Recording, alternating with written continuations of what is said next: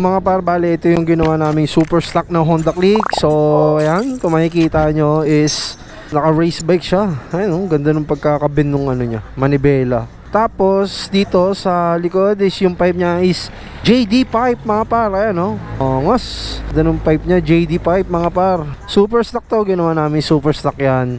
Sa time na ginagawa to dito, mga par, is wala ako dito. Ang gagawin na lang dito is itutono yung kanyang CBT para lumabas ang kanyang power. Siyempre, magpapalit din si bossing ng spring. At siyempre, magpapalit din siya ng clutch spring. Ayan, kung makikita nyo, sobrang dumi na.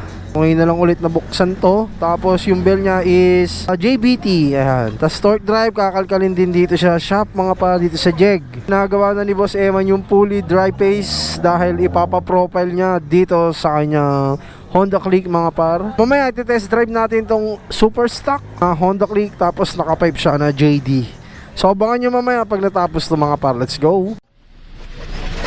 So super stock, mga par. So bale yan, may-ari, tiga bagong silang, mga par. So CBT tuning. Tapos ayan, papalit din siya ng air filter dito sa shop. So testing natin yung super stock.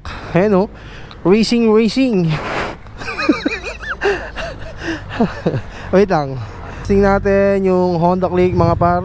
Tapos naka-pipe ng JD pipe. Ayan, wow. Nep! Super stock, ang bilis mag-response ng takbo niya, mga par. Ano? Po 40 agad, hindi ko pa sinasagad yung throttle. So smooth na smooth. So wala akong masabi sa gawa ng Jeg dahil all goods, mga par. Dahil syempre, super stock. O pag gusto ni bossing mag-upgrade, so block na lang ipapalitan niya. Madali na lang naman yan. Siyempre, at nanggawa dito sa shop, super stock, 59 all stock at 175cc at 180cc, mga par. Honda Click 125, ayan. So PM lang kayo sa Jeg. Siyempre, lagi kayo mag-iingat, mga par. So yun lang, all goods na tong Click 125 na naka super stock from Bagong Silang, mga par. Let's go!